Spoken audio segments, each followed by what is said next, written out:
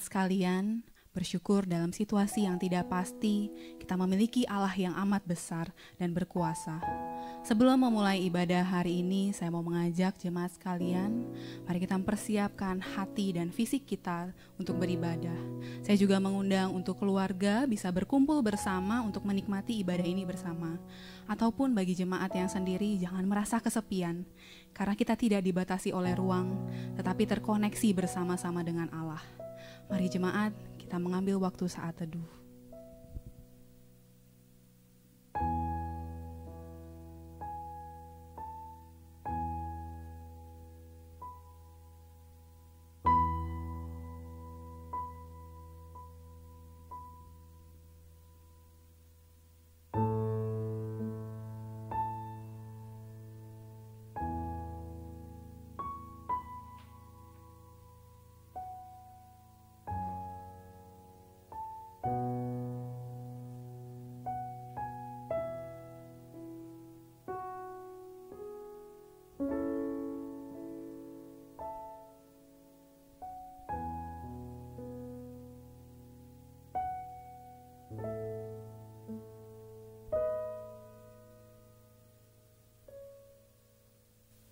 Adalah baik untuk menyanyikan syukur kepada Tuhan dan untuk menyanyikan mazmur bagi nama-Mu, ya yang maha tinggi, untuk memberitakan kasih setiamu di waktu pagi dan kesetiaanmu di waktu malam, dengan bunyi-bunyian 10 tali dan dengan gambus, dengan iringan kecapi. Sebab telah Kau buat aku bersuka cita ya Tuhan dengan pekerjaan-Mu, karena perbuatan tangan-Mu aku akan bersorak-sorai. Mari jemaat, kita mengingat kembali perbuatan Tuhan dalam hidup kita, pertolongannya atas masalah hidup kita, serta kasih-Nya yang sempurna dan tak pernah berakhir. Mari kita naikkan syukur kita kepada Bapa melalui pujian Ku Bersyukur.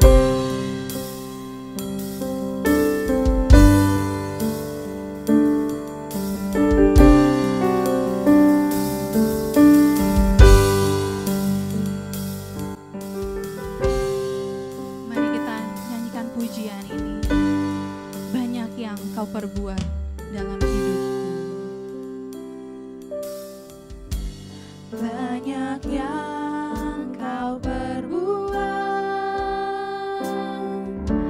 di dalam hidupku.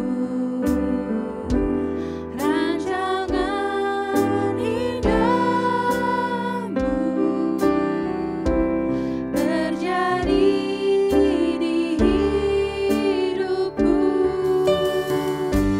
Bapa yang mengerti.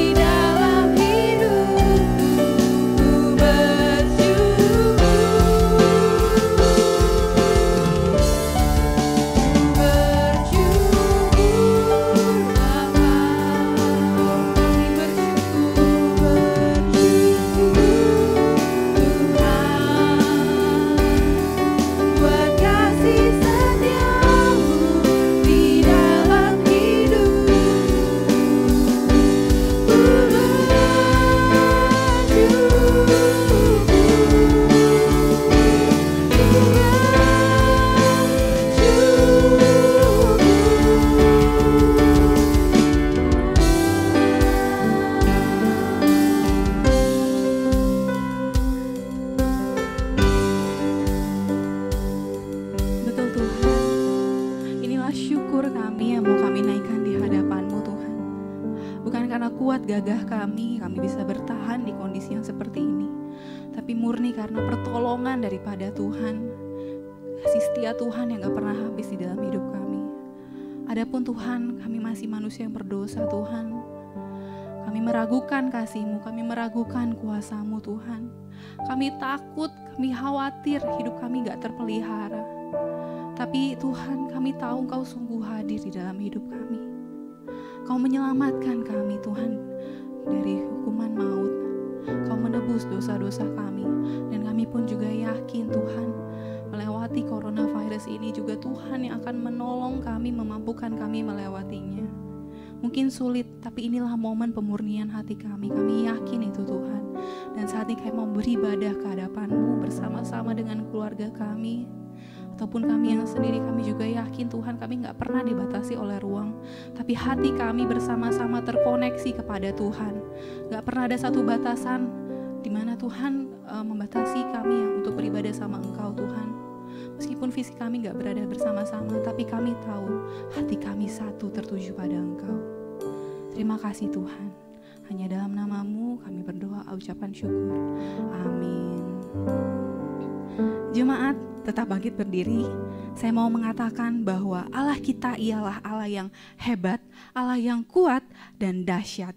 Namanya berkuasa dan pembebas umatnya dari segala dosa, ketakutan, kekhawatiran. Mari kita puji Dia, mari kita nyanyikan betapa hebat. Saya mengundang jemaat juga boleh sambil bertepuk tangan dimanapun kita berada. Mari kita naikkan pujian ini bagi Allah kita.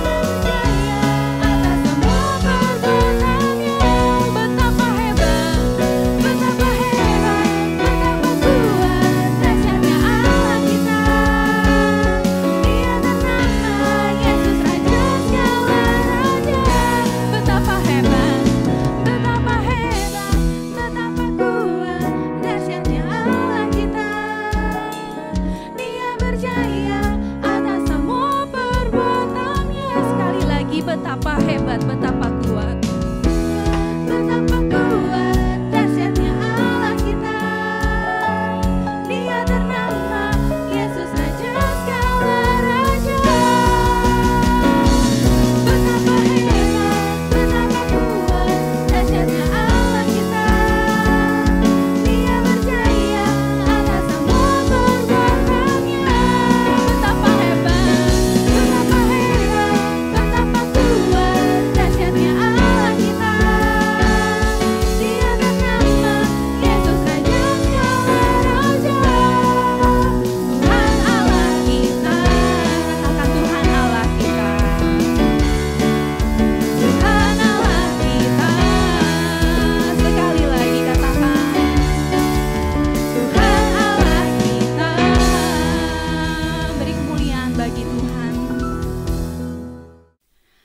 kita mengingat kita memiliki Allah yang hebat, Allah yang kuat dan dahsyat, jangan kita izinkan ketakutan menghampiri kita. Dan jangan kita bertawar hati, tapi mari kita menerima sukacita dan kekuatan yang tercurah atas kita. Mari kita naikkan pujian, sukacita melimpah.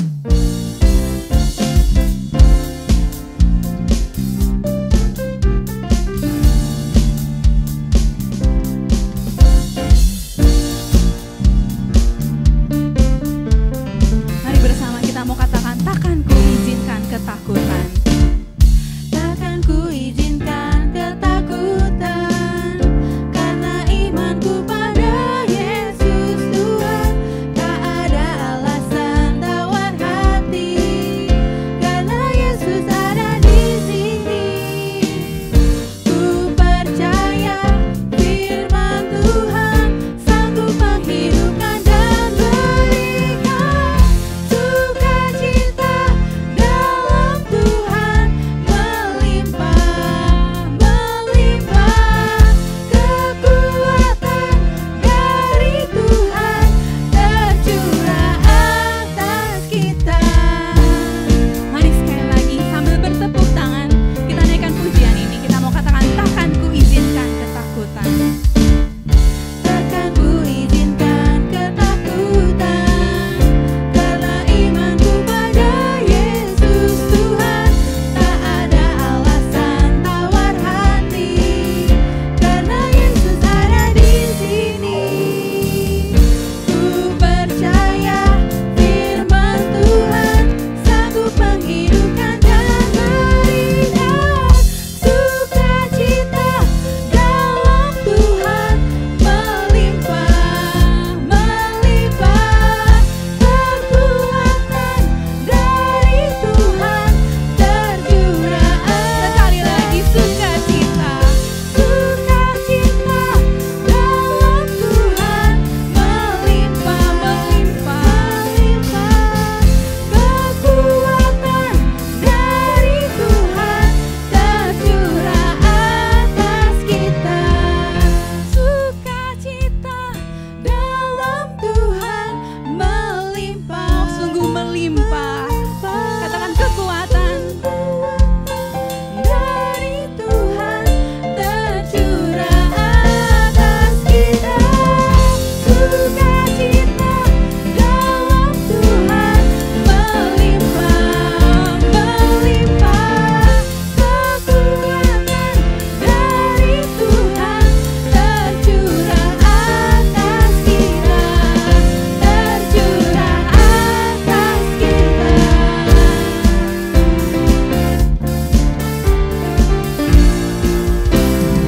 Mari beri kemuliaan buat Tuhan kita. Amin. Jemaat tetap bangkit berdiri. Kita mau menaikkan pengakuan iman kita, mengikrarkan apa yang kita percaya tentang Tuhan kita. Mari bersama kita menaikkan pengakuan iman rasuli. Aku percaya pada Allah, Bapa yang Maha Kuasa, Khalik langit dan bumi, dan pada Yesus Kristus, anaknya yang tunggal Tuhan kita, yang dikandung daripada Roh Kudus, lahirnya darah Maria, yang menderita sengsara di bawah pemerintahan Pontius Pilatus, disalibkan, mati, dan dikuburkan. Pada hari yang ketiga, bangkit pula dari antara orang mati, naik ke surga, duduk sebelah kanan Allah, Bapa yang Maha Kuasa, dan dari sana ia akan datang untuk menghakimi orang yang hidup dan yang mati. Aku percaya pada Roh Kudus, gereja yang kudus dan persekutuan orang kudus dan ulang orang kebangkitan daging dan hidup yang kekal. Amin. Jemaat dipersilakan untuk duduk. Keluarga merupakan gambaran akan kasih Allah yang agape kepada manusia. Kasih yang tanpa syarat, mengampuni kesalahan meskipun berulang-ulang. Kasih yang tak habis oleh waktu. Bagi kita manusia, nampak tak mungkin untuk kita melakukannya. Di tengah kondisi yang seperti saat ini, kita merasa sulit untuk beribadah, sulit untuk dekat dengan Tuhan.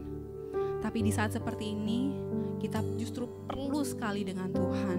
Di dalam hidup kita, juga di dalam keluarga kita. Mari kita naikkan pujian Aku dan Seisi Rumahku sebagai pujian kerinduan kita kepada Tuhan bagi keluarga kita. Saya juga mengajak bagi keluarga di rumah, mari Mari kita boleh nyanyikan pujian ini sambil bergandengan tangan. Kita mau mengingat kembali komitmen kita sebagai keluarga Kristus. Kita mau memuji dan memuliakan Tuhan, mengutamakan Tuhan di dalam keluarga kita. Mari kita naikkan pujian ini. Bersatu dalam kasih, bersama melayani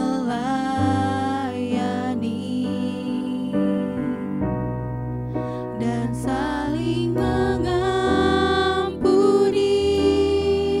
Ini doa kami. Ini rindu kami.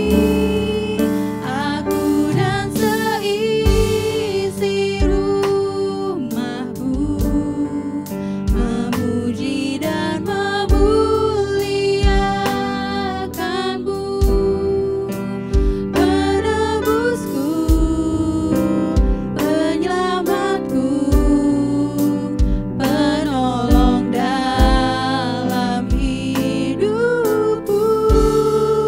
Aku dan seisi rumahku mengangkat tangan mengandalkan-Mu, bersatu hati mengasihi-Mu, melayani Tuhan seumur hidupku.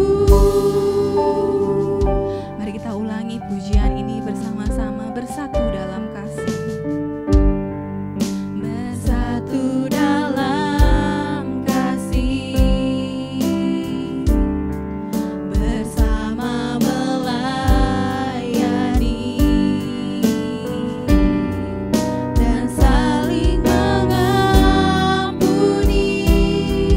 Ini doa kami. Ini rindu kami. Aku dan seisi rumahku memuji dan memuliakan-Mu, penebusku, penyelamatku, penolong dalam hidupku. Aku dan seisi rumahku mengangkat tangan mengandalkan-Mu, bersatu hati mengasihi-Mu, melayani Tuhan. Aku dan seisi rumahku memuji dan memuliakan-Mu, penebusku, penyelamatku, penolong dalam hidupku,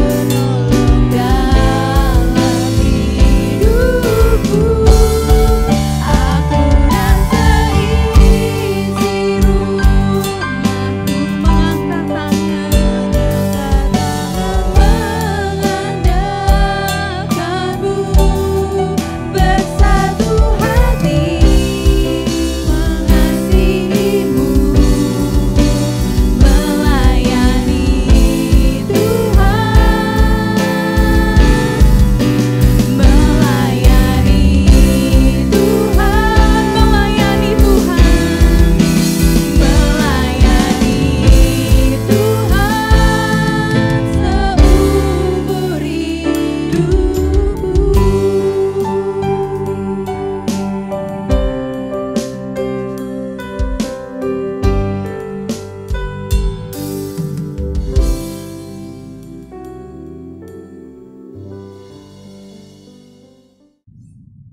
Shalom Bapak Ibu yang saya kasihi di dalam Tuhan Yesus Kristus. Senang sekali hari ini saya bisa memberitakan firman Tuhan untuk jemaat GMI. Mari sebelum kita mulai firman Tuhan pada hari ini, kita bersama-sama terlebih dahulu berdoa. Bapa di dalam surga, kami mengucap syukur Tuhan untuk hari ini. Kiranya Engkau menolong kami di dalam kami mengerti akan bagian firman Tuhan yang kami bersama-sama akan renungkan. Dan kiranya Engkau juga menolong hamba-Mu di dalam penyampaian firman Tuhan. Kau urapi hamba-Mu, Kau pakai hamba-Mu untuk boleh menjadi perpanjangan tangan-Mu. Bila kiranya Roh Kudus bekerja mengurapi hamba-Mu dan juga jemaat-Mu yang saat ini sedang mendengarkan. Terima kasih Tuhan Yesus.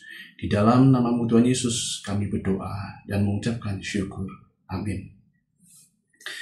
Bapak Ibu, pada hari ini kita akan bersama-sama membahas mengenai tema bagaimana peran Roh Kudus di dalam keluarga, khususnya ketika kita menghadapi situasi pandemi pada saat ini.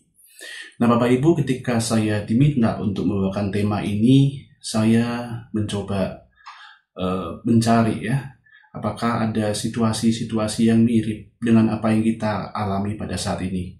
Apakah ada situasi-situasi di mana orang-orang Kristen pada waktu itu bergumul dengan wabah seperti pada hari ini. Nah ternyata Bapak Ibu, kalau kita saat ini pernah mendengar mengenai penyakit pes yang ditularkan oleh tikus pes. Mungkin di dalam pendengaran kita akan berpikir biasa saja. Namun Bapak Ibu, rupanya penyakit pes atau wabah pes ini pernah menjangkiti Eropa atau negara lainnya pada waktu tahun 1347 Bapak Ibu. Nah, sehingga pada waktu tahun itu sepertiga Eropa itu hilang Bapak Ibu, atau lebih tepatnya berkurang populasi manusianya. Dan dikatakan juga pada waktu itu hampir separuh populasi Mesir itu berkurang. Jadi itu tepatnya kejadiannya pada tahun 1347 sampai 1352, itu puncak-puncaknya pandemi di Eropa. Sepertiga Eropa itu meninggal dunia orang-orangnya. Jadi korbannya dari anak kecil hingga orang-orang dewasa, orang tua. Nah pada waktu itu kejadiannya sangat mengerikan sekali, karena ketika orang terkena wabah pes itu, mereka hanya mampu bertahan hidup selama 5 hari. Dan di dalam hari yang ketiga, keempat, 5, mereka akan mengalami satu tanda-tanda di tubuh hitam. Ujung-ujung jarinya, tangannya hitam, ujung jari kakinya hitam. Di bagian pahanya ada benjolan, di lehernya ada benjolan berwarna hitam. Oleh karena efek daripada bakteri yang ada. Jadi bakteri itu sangat menular, bisa ditularkan lewat gigitan serangga maupun tikus, dan juga kutu-kutu yang ada di dalam tikus.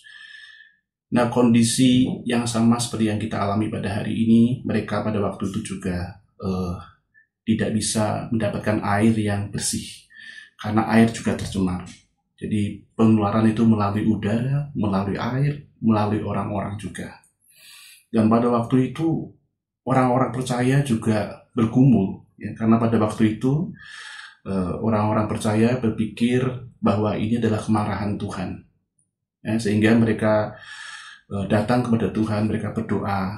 Nah, pada waktu itu mereka juga membeli benda-benda yang dianggap keramat, yang bisa buat pegangan untuk mereka, sehingga mereka terlepas daripada penyakit. Dan Bapak Ibu, ternyata wabah itu tuh baru berhenti sekitar setelah 550 tahun Bapak Ibu. Sampai pada waktu tahun 1894 tepatnya, ketika wabah itu menyerang Hong Kong, ada dua orang yang peneliti dari Jepang dan juga dari Prancis. Mereka menemukan bakteri yang ada di dalam tikus itu. Nah, kembali ke masa kita sekarang Bapak Ibu. Di masa ini kita juga mengalami pandemi yang serupa, mendunia dan memakan korban jiwa. Tapi mungkin bandingannya dengan kita saat ini, kita lebih maju, pengobatan sudah lebih maju, dan kita berharap semoga waktu ini kita bisa lewati bersama-sama.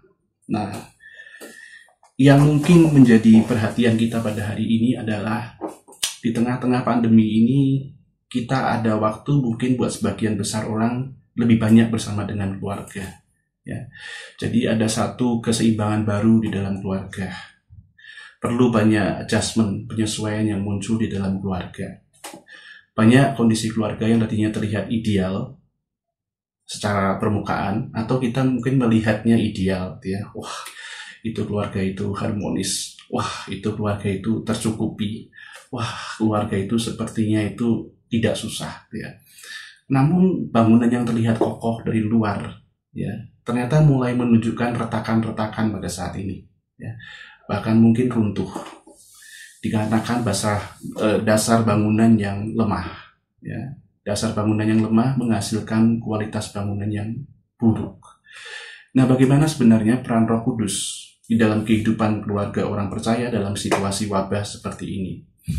Mari kita bersama-sama membuka dari bagian firman Tuhan, 2 bagian firman Tuhan hari ini yang akan kita buka bersama-sama. Kita membuka dari Kisah Para Rasul, pasalnya yang kedua, ayat 38 hingga ke 39. Kisah Para Rasul, pasal kedua, ayat ke-38 hingga 39. Saya akan membacakannya untuk Bapak Ibu sekalian.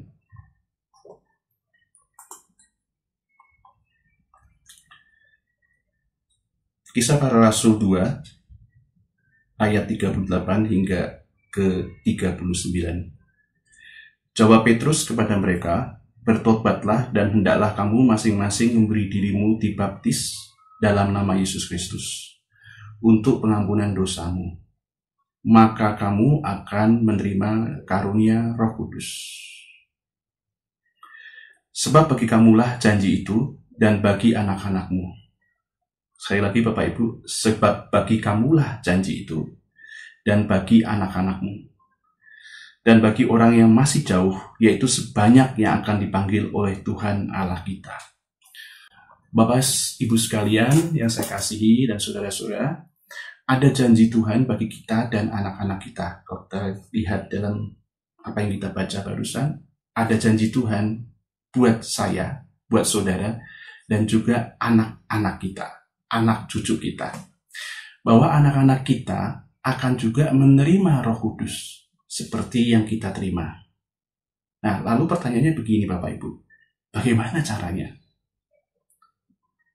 Apakah ketika anak saya itu ke sekolah minggu, saya ajarkan berdoa, saya ajarkan saat teduh, itu otomatis dia menerima Roh Kudus? Apakah ketika dia dengan mulutnya mengaku dan percaya Tuhan Yesus, kemudian itu dia menerima Roh Kudus? Bagaimana saya bisa yakin dan percaya kalau Roh Kudus yang saya terima juga nantinya anak saya akan terima seperti firman Tuhan beritakan? Bagaimana saya harus hidup sebagai seorang Kristen agar anak-anak saya itu menerima Roh Kudus? Bagaimana saya hidup sesuai dengan pimpinan Roh Kudus agar anak saya melihat teladan saya? Nah, bagian kedua yang akan kita baca Bapak Ibu dari Roma 8 ayat 26 hingga 28. Roma 8 ayat 26 hingga 28.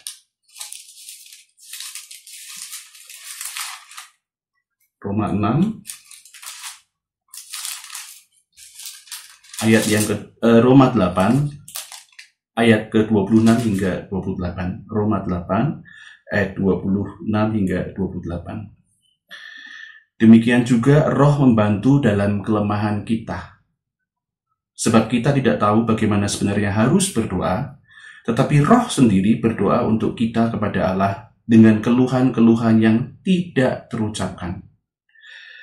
Dan Allah menyelidiki hati nurani dan mengetahui maksud Roh itu, yaitu bahwa Ia, sesuai dengan kehendak Allah, berdoa untuk orang-orang kudus. Kita tahu sekarang bahwa Allah turut bekerja dalam segala sesuatu untuk mendatangkan kebaikan bagi mereka yang mengasihi Dia, yaitu bagi mereka yang terpanggil sesuai dengan rencana Allah. Bapak Ibu, saya mau menggarisbawahi bagian firman Tuhan di dalam ayat yang ke-26. Demikian juga Roh membantu dalam kelemahan kita. Bapak Ibu, berarti sebenarnya begini Bapak Ibu, ada tugas, ya, ada tugas dari Roh Kudus itu ketika diberikan sebagai parakletos atau pendamping, dia akan membantu kelemahan-kelemahan kita Bapak Ibu. Roh Kudus itu membantu kelemahan-kelemahan kita. Ya, jadi ada ikatan antara kita dengan Roh Kudus. Ya, ada ikatan antara pemberi janji dan yang menerima janji. Ya, jadi seringkali mungkin banyak orang Kristen lupa ya, ketika dia percaya kepada Tuhan Yesus sebagai juru selamat, kemudian ya hampir banyak yang berhenti di situ Bapak Ibu. Mereka lupa bahwa setelah itu tuh hidup mereka itu harus bertalian dengan Roh Kudus. Hidup mereka tuh harus terikat dengan Roh Kudus. Karena di bagian firman Tuhan dikatakan bahwa Roh Kudus itu membantu kelemahan kita.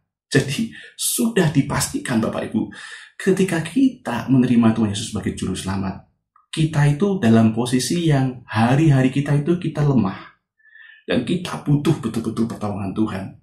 Maka Roh Kudus mempunyai tugas di dalam kehidupan orang percaya membantu kelemahan-kelemahan kita. Ya, jadi kalau di dalam kehidupan kita sehari-hari, misalnya sebagai seorang ayah, ya, kita itu mendekatkan diri kita kepada Roh Kudus, maka dengan otomatis nanti Bapak Ibu, anak-anak kita menjadi anak-anak rohani. Tetapi maaf, bila hari ini kita itu lebih duniawi daripada rohani, maka mungkin tidak akan salah jika tiba-tiba anak-anak kita itu sesat jalannya. Bahkan ketika mereka ke gereja sekalipun, mereka ke sekolah minggu. Oleh karena memang mereka tidak melihat di dalam keluarga itu satu teladan, di mana mempunyai orang tua yang hidupnya itu dekat kepada Tuhan. Ya, hidupnya itu bertalian dengan Roh Kudus, seperti yang firman Tuhan janjikan. Nah, dalam saat situasi wabah seperti ini, itu momen-momen di mana saat-saat di mana kita itu sangat dekat dengan keluarga. Kita diingatkan kembali sebagai penerima janji. Ya, jadi poin yang kita bisa gali pada perenungan firman Tuhan pada hari ini adalah bagaimana kita membangun manusia rohani kita bersama dengan Roh Kudus. Bagaimana kita membangun manusia rohani kita bersama dengan Roh Kudus. Jadi ketika kita membangun manusia rohani kita itu relasional sifatnya Bapak Ibu. Membangun manusia rohani secara relasional, intim. Jadi kita ini dikatakan di dalam bagian firman Tuhan itu anak-anak Allah. Jadi jikalau kita membangun relasi itu intim, ya, membangun relasi itu relasional dengan Tuhan, dengan Roh Kudus. Ya. Jadi kerinduan kita itu untuk saat teduh, baca Alkitab itu bukan karena kewajiban Bapak Ibu. Saat teduh bukan karena wajib. Membaca Alkitab bukan karena wajib.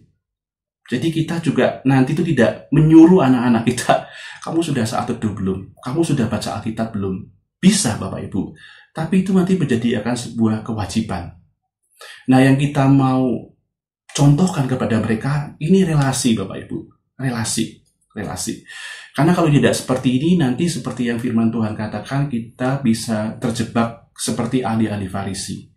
Ya, dan bahkan dikatakan perilaku agamawi ahli-ahli Farisi itu munafik, kata Tuhan Yesus. Jadi heran sekali kalau kita menemukan ternyata kita bersaat teduh, kita berdoa, kita membaca firman Tuhan, tapi itu munafik. Oleh karena di dalamnya tidak ada satu relasi.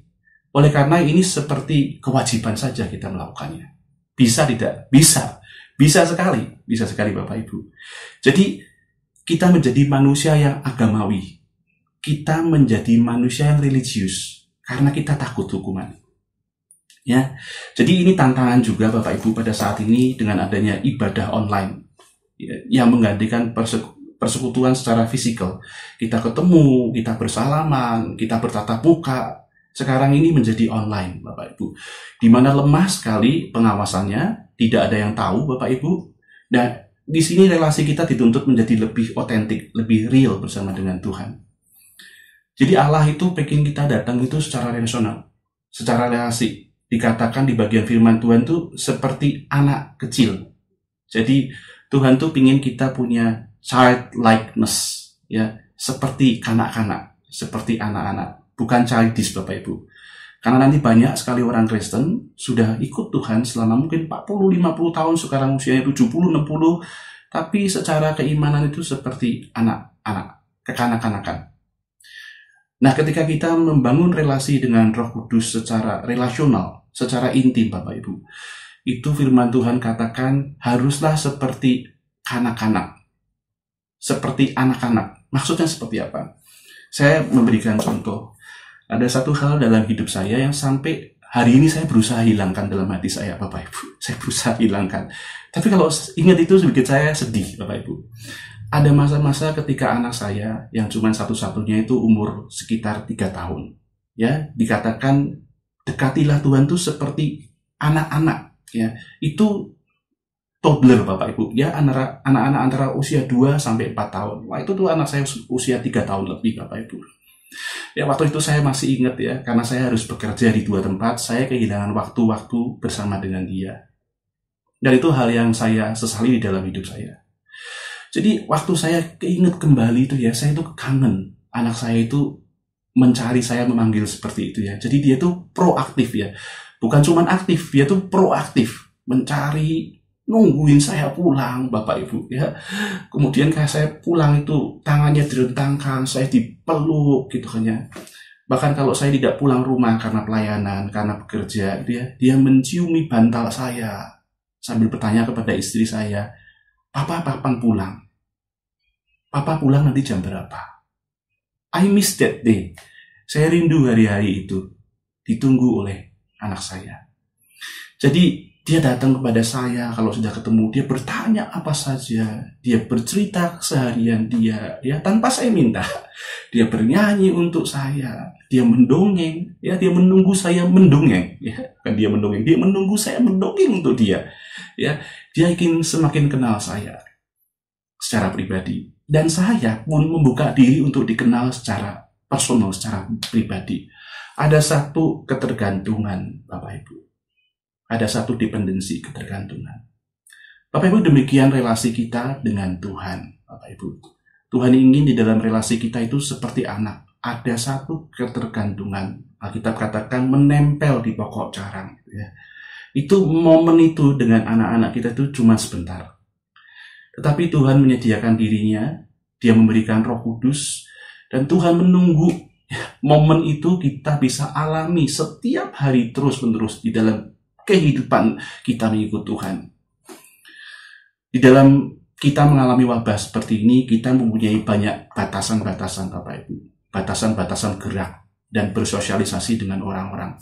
Itu membuat sebagian besar orang-orang itu terhambat. Terhambat dalam hal apa Bapak Ibu? Terhambat dalam hal mereka itu pelarian. Biasa orang tuh suka sekali pelarian ketika mereka mengalami situasi yang tidak nyaman atau tidak enak. Jadi dengan hal seperti itu penyaluran stres itu menjadi berkurang Bapak Ibu. Mereka tidak bisa mungkin pergi ke kafe, mereka tidak bisa pergi menonton, mereka tidak bisa pergi tempat-tempat tertentu untuk hiburan atau relaksasi itu ya. Jadi rasa kosong mulai menyelimuti sebagian besar orang. Mereka mulai stres, mereka mulai depresi. Nah, ternyata kita baru sadar bahwa ketergantungan kita itu pada hal-hal yang bersifat duniawi itu ternyata sangat banyak. Ya, jadi ada baiknya juga ya, oleh karena setelah beberapa bulan kita karantina, kita membatasi diri kita baru mungkin kepikir gitu ya, oh ternyata saya juga nggak perlu ya jalan-jalan ke mall, mungkin saya juga nggak perlu ya misalnya beli ini itu gitu ya, atau pergi ke sana ke sini ya, sibuk-sibuk gitu ya. Setelah mungkin kita merenungkan beberapa hal, tetapi yang mungkin kesadaran itu tidak ada ya atau kurang Bapak Ibu, mereka mengalami satu stres yang luar biasa, mereka merasa kosong ya. Karena ketergantungan mereka ternyata pada hal-hal yang sifatnya duniawi. Dan sebagai orang Kristen selama ini mereka sibuk membangun hal-hal yang sifatnya lahiriah, dan bukan yang rohani. Bapak Ibu sekalian, Tuhan Yesus menunggu kita pulang. Pulang, Bapak Ibu.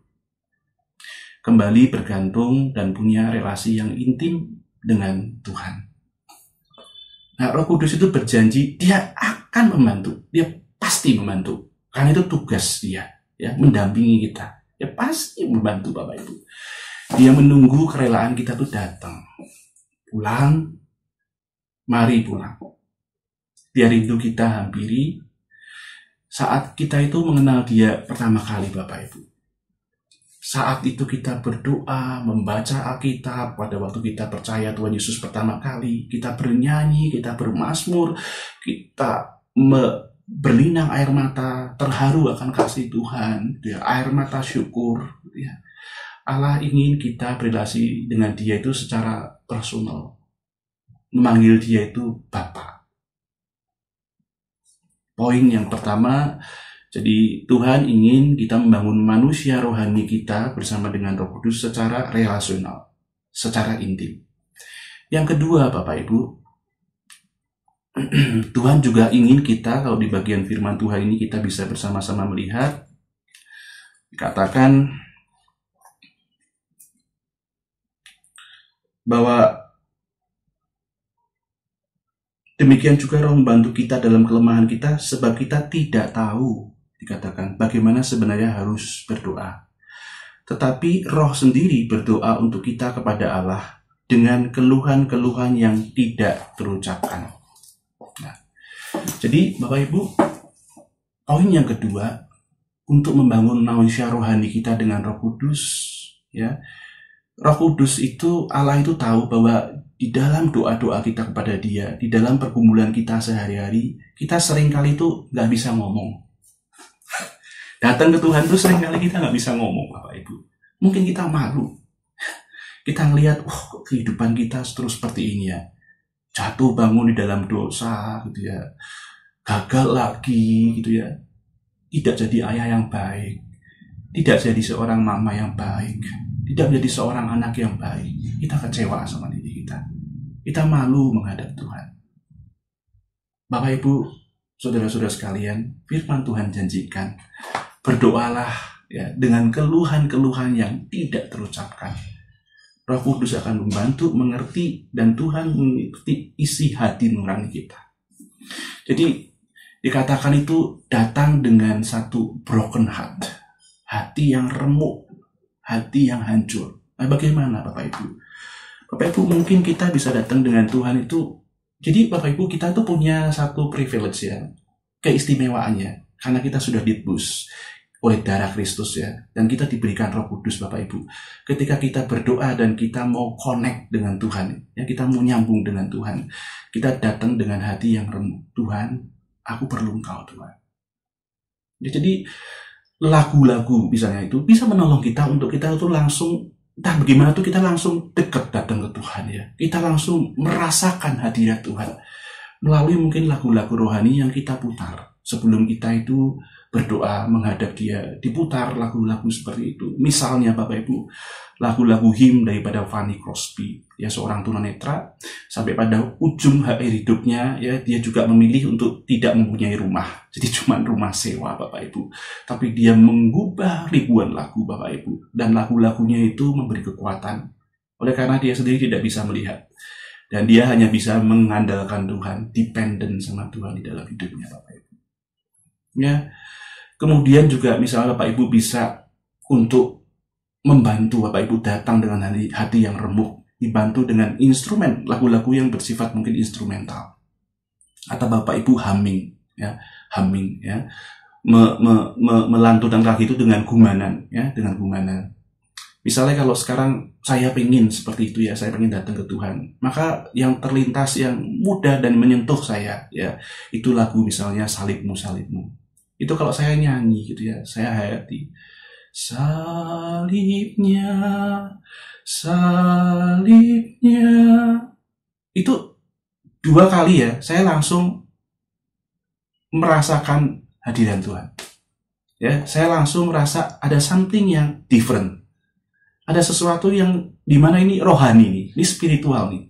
Langsung bisa berasa, ini Tuhan, aku siap. Ya. Jadi Bapak Ibu, kita perlu membangun manusia rohani kita. Berdoa dengan keluhan-keluhan yang mungkin kita nggak terucapkan. Tuhan, aku nggak tahu Tuhan. Cuman aku just datang aja Tuhan, dan aku cuma mau ngomong gitu ya. Aku capek Tuhan. Aku pengen hadirat-Mu Tuhan. Aku pengen hari ini aku di-recharge oleh Engkau Tuhan. Aku pengen hari ini relasiku dipulihkan Tuhan. Jadi boleh nggak ketika kita datang dengan keluh kesah kepada Tuhan itu, kita itu mungkin marah ya, kita kecewa sama Tuhan, kita ngomong, Tuhan kok bisa Tuhan, kok tidak selesai-selesai Tuhan pergumulanku Tuhan. Boleh Bapak Ibu, boleh. Tetapi memang kemudian setelah kita mungkin ngomel, kita komplain sama Tuhan, kita kembali ingat janji firman Tuhan. Kita ingat janji-janjinya, itu yang membedakan kita dengan orang yang tidak percaya. Atau orang Kristen yang hidupnya tinggal dalam kepahitan, Bapak Ibu. Di dalam Mazmur Asaf ayat 73 dikatakan ia itu cemburu, ya. Asaf itu cemburu dengan orang-orang yang fasik, orang-orang yang tidak mengenal Tuhan. Mereka berkalungkan kecongkakan, gitu kan ya, makanannya enak-enak, pakaiannya juga indah, gitu kan ya. Dan sepertinya hidupnya itu mujur, gitu ya. Nah dia tuh ngomong sama Tuhan seperti itu. Tuhan, aku tuh seperti hewan yang bungu. Saya tuh nggak ngerti jalan kamu Tuhan. Saya nggak ngerti. Saya bacakan buat Bapak Ibu ya. Mazmur Asaf ayat 73. Mazmur Asaf ayat 73. Ayatnya yang ke 21 hingga 28. Asaf 73 ayat 21 hingga 28. Ketika hatiku merasa pahit dan buah pinggangku menusuk-nusuk rasanya, aku dungu dan tidak mengerti, seperti hewan aku di dekatmu. Tetapi aku tetap di dekatmu, engkau memegang tangan kananku. Dengan nasihatmu engkau menuntun aku, dan kemudian engkau mengangkat aku dalam kemuliaan. Siapa gerangan ada padaku di surga selain engkau? Selain engkau tidak ada yang kuingini di bumi ini. Sekalipun dagingku dan hatiku habis lenyap, gunung batuku dan bagianku tetaplah Allah selama-lamanya. Tidak ada yang kuingini selain Engkau di bumi ini.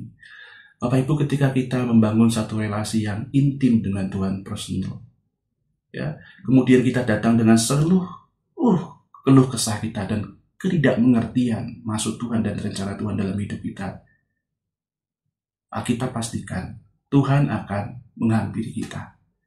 Tuhan akan dengan kasih-Nya memberi pengertian kepada kita, Bapak Ibu. Jadi di masa seperti ini, Bapak Ibu, kita juga bisa berdoa dengan hati yang hancur, ya, untuk orang tua kita misalnya, ya. Untuk orang tua yang mungkin selama hidupnya tanpa sadar itu melukai kita sebagai anak-anak. Atau kita berdoa untuk orang-orang terdekat kita supaya mereka mengenal Kristus. Karena kita tidak tahu, kalau wabah ini semakin menyebar dan banyak orang yang tertular, mungkin kesempatan kita bertemu, berkomunikasi dengan mereka itu tinggal sedikit waktu, Bapak Ibu. Jadi kita bisa pakai waktu ini, kita berdoa dengan hati yang hancur untuk orang tua kita, untuk orang-orang yang kita kasihi. Ada satu kisah dari seorang perawat, ya, suster yang merawat pasien-pasien COVID. Nah, dia merawat pasien-pasien COVID yang tua-tua, yang para lansia ini, Bapak Ibu. Dan ketika merawat itu, dia itu terhenti pada satu kesedihan yang tidak bisa bergerak lagi, ya. Karena dia itu nggak tega, Bapak Ibu. Dia melihat orang-orang ini pada sekarat, dying ini, tidak ada anggota keluarga yang bisa menjenguk atau membesuk mereka. Mereka bergumul dengan kematian di ranjang itu sendiri, Bapak Ibu. Tidak ada anggota keluarga yang bisa menjenguk oleh karena protokol COVID, ya. Dan tidak ada penghiburan juga, Bapak Ibu. Lalu suster ini berpikir, apa yang saya bisa lakukan? Kebetulan dia orang Kristen. Apa yang bisa lakukan ya buat pasien-pasien ini? Dan kemudian dia tahu ada satu pasien juga yang Kristen, Bapak Ibu. Kemudian dia dengan memberanikan diri, ya, karena ini masalah agama, urusan masing-masing pribadi, ya. Jadi kita ada kode etik. Kemudian dia membisikkan di telinga opa itu, ya, opa boleh gak saya doakan untuk opa, gitu ya. Oh boleh, gitu ya. Dan kemudian juga mendapat ide, bagaimana ya kalau sekarang saya kumpulkan anggota keluarganya, kemudian kita bisa Zoom bareng. Sekarang ini kan Zoom, kita semua belajar Zoom, gitu ya. Jadi pakai Zoom gitu kan ya. wah, ini orang yang dying masih bisa melihat, tapi mungkin nggak terlalu merespon gitu ya.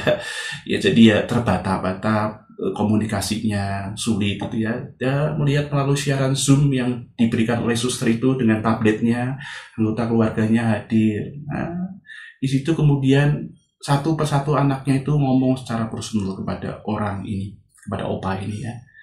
Ada yang meminta maaf, ada yang memberikan pengampunan kepada sang ayah. Dan suster ini melihat itu semua itu dengan hati yang sukacita, tapi dia juga mengalami satu kesedihan, Bapak Ibu. Nah, banyak dari mereka itu berterima kasih pada suster ini. Terima kasih ya, karena sebelum terakhir kalinya Papa dipanggil ya, kita bisa berkomunikasi dengan Papa. Kita bisa meminta pengampunan, kita bisa memaafkan Papa. Dan setelah itu papanya pergi dengan lega, pergi ke rumah Tuhan. Tapi sebenarnya cerita ini belum selesai. Oleh karena si suster ini juga merasa sebenarnya dia juga harus berterima kasih kepada para keluarga pasien itu dan kepada si opa ini. Kenapa?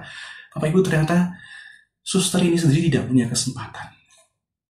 Baru berapa waktu yang lalu, belum lama sebelum peristiwa COVID ini, dia punya orang tua juga meninggal. Dia nggak sempat ngomong saying goodbye ke papanya. Ada hal yang dia nggak bisa utarakan dan dia luka sekali di situ. Dia sedih sekali di situ. Nah, melihat orang-orang seperti dia bisa bantu, dia tolong, itu lukanya itu pelan-pelan sembuh, Bapak Ibu. Lukanya terangkat. Jadi ternyata juga memberkati suster ini, perawat ini, Bapak Ibu. Jadi Bapak Ibu sekalian, relasi kita yang intim dan remuk di hadapan Tuhan itu pasti bertampak dalam perilaku kita sehari-hari. Yang pasti kita itu punya buah roh, itu kita bisa saksikan. Buah roh itu muncul, Bapak Ibu. Nah, seringkali ketika bicara buah roh, kita lupa, Bapak Ibu, itu buah Roh Kudus. Nah, coba ya, jadi kasih yang kudus. Bukan kasih yang sembarangan, Bapak, kasih yang kudus.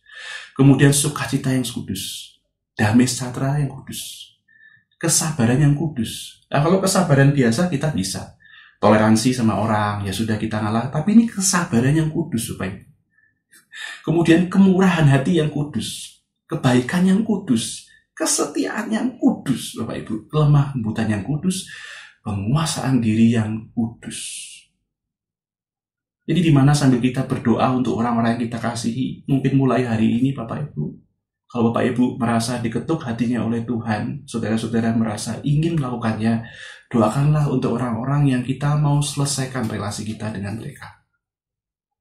Ya, kita sudah berdoa lama untuk papa kita berdoa lagi. Kali ini berdoanya beda. Kita berdoa lagi, kita tuh ingin berrelasi secara intim dengan Tuhan dan ingin Tuhan itu berbicara secara personal. Kita datang dengan hati yang remuk kepada Tuhan. Tuhan, tolong aku, Tuhan. Aku tuh sulit mengasihi papaku. Tuhan, tolong aku. Banyak perilaku itu yang membuat batu sandungan buat orang tuaku, untuk anggota keluargaku. Tuhan, tolong. Nah, Bapak Ibu lihat nanti bagaimana Roh Kudus itu bekerja. Roh Kudus itu di dalam keluarga membantu kelemahan masing-masing anggota keluarga, memberi pertolongan. Ya, nanti Bapak Ibu heran, Papa tuh mulai bicara seperti ini. Kok ini kok berubah ya anak ini ya? Ya. Nah, mulai dia tanya kepada kita, kamu sekarang ibadah gimana? Online terus ya? Gitu ya. Oh iya Pak, ibadah sekarang online. Nah, itu tanda-tanda, Bapak Ibu. Tanda-tanda. Atau mungkin kamu di gereja diajarkan apa sih? Kok kamu bisa berubah? Ya, kok Papa lihat kamu berubah? Ah, itu suatu sukacita, air mata surgawi yang akan ada di dalam diri Bapak Ibu atau saudara-saudara ketika menyaksikan orang-orang yang kita kasihi itu kemudian bisa melihat akan kasih Kristus. Bapak Ibu, mari kita bersama-sama kita membangun relasi yang bukan karena kebiasaan, bukan karena rutinitas sehingga kita menjadi makhluk agamawi, tetapi relasi yang personal, yang intim. Jadi bukan seperti kerja restoran, baca Alkitab, saat teduh, ya, berdoa, gitu kan ya. Bukan seperti itu, tapi itu intinya relasi intim. Ya, saya pengen seperti anak kecil tuh kangen ketemu Tuhan tiap hari, berbicara sama Dia. ngomong tentang hari-hari saya bagaimana. Mari kita bersama-sama coba merubah paradigma kita. Ya, oleh karena kalau seperti itu tuh kita tidak terjebak, Bapak Ibu. Kita tidak terjebak kepada satu rutinitas agamawi. Ya, kita tidak terjebak menjadi seperti orang-orang Farisi. Khususnya masa-masa seperti banyak ibadah juga online, Bapak Ibu. Tidak ada orang mengawasi kita. Bagaimana secara online kita tetap bisa intim personal dengan Tuhan. Dan kita berdoa dengan hati yang remuk. Mari Bapak Ibu, kita bersama-sama, kita melipat tangan kita berdoa. Tuhan, kami mengucap syukur Tuhan, bahwa Roh Kudus Tuhan berikan di dalam kehidupan kami, membantu akan kelemahan-kelemahan kami. Tuhan, kami ingin manusia rohani kami ditumbuhkan melalui karya Roh Kudus dalam kehidupan kami. Tuhan, kami ingin relasi kami dengan Engkau berubah menjadi relasi yang intim. Kami butuh, kami perlu, kami kangen Engkau.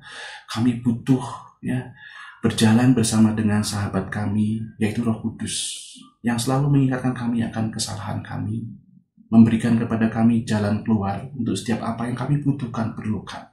Dengan keluh kesah yang tak terkatakan, mengatakan kepada Tuhan Yesus akan isi hati kami.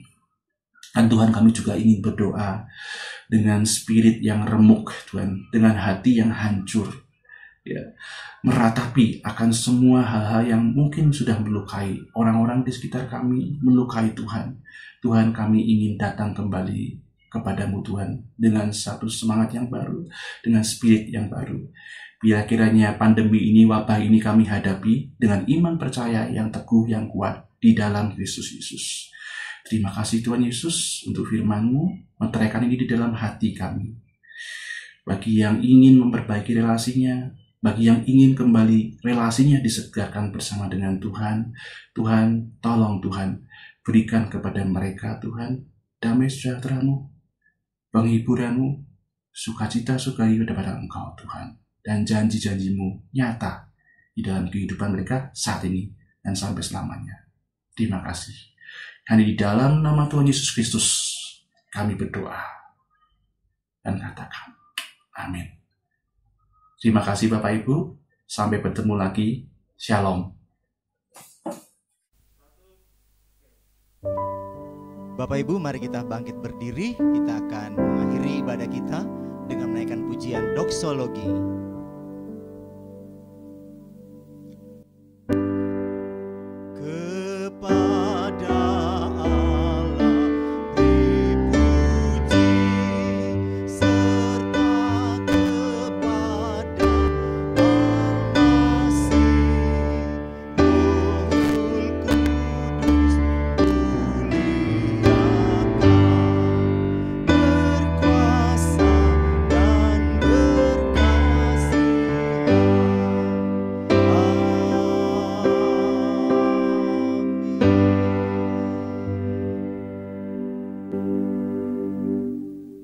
Yang penuh kasih, Engkaulah Allah yang senantiasa memelihara kami dan juga negara kami yang tercinta ini. Kami percaya dalam segala situasi, Tuhan selalu ada bersama dengan kami, juga pemerintah kami. Karena itu biarlah tangan-Mu yang kuat dan penuh kasih itu akan menolong pemerintah kami untuk bisa membuat virus corona ini berakhir tengah-tengah rakyat dan masyarakat Indonesia. Berkati juga jemaat supaya senantiasa Engkau kuatkan, berikan kami kesehatan selalu, dan berikan kami juga kedisiplinan, ketaatan dalam melakukan protokol kesehatan.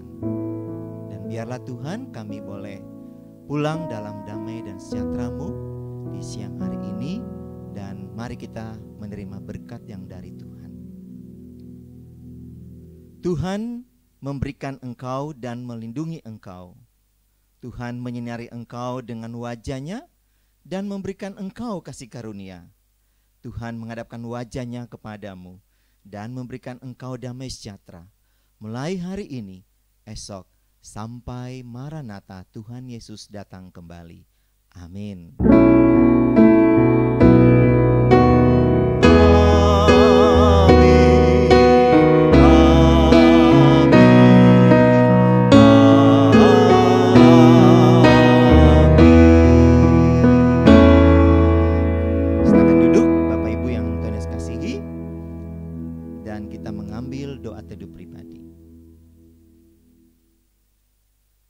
Siang hari ini kita akan mendengarkan warta jemaat pada tanggal 21 Juni 2020.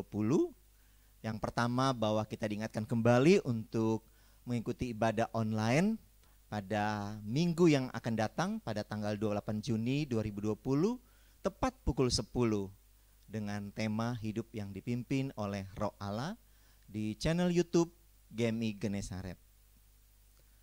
Berikutnya yang kedua, bahwa kita juga diingatkan bahwa setiap hari Kamis jam 19.30 kita ada doa malam, dan biarlah kami terus mengajak Bapak Ibu tak hentinya untuk selalu berdoa bersama, dan bisa dilihat di channel YouTube GMI Genesaret. Dan bila pun Bapak Ibu mempunyai pokok doa, mari kirimkanlah pokok doa kepada kami melalui saudara Lia, dan kami akan mendoakannya itu bersama dengan tim doa. Nah, Bapak Ibu, sebagai wujud syukur kita kepada Tuhan, Bapak juga bisa memberikan persembahan kepada Tuhan melalui rekening BCA yang ada berikutnya nanti, dan juga nanti akan ditayangkan kembali setelah ibadah online ini. Dan bagi Bapak Ibu juga yang mau mempersembahkan untuk berpartisipasi dalam pembangunan gereja kami, mari memberi dalam yang terbaik di nomor rekening yang sudah ada tertera nanti di berikut ini dan setelah ibadah online ini berakhir. Demikian warta kita pada Minggu tanggal 21 Juni 2020 ini. Kiranya boleh menjadi berkat buat kita semua. Dan saya mengucapkan selamat hari Minggu, Tuhan berkati kita semua. Dan happy Sunday for all. God bless you.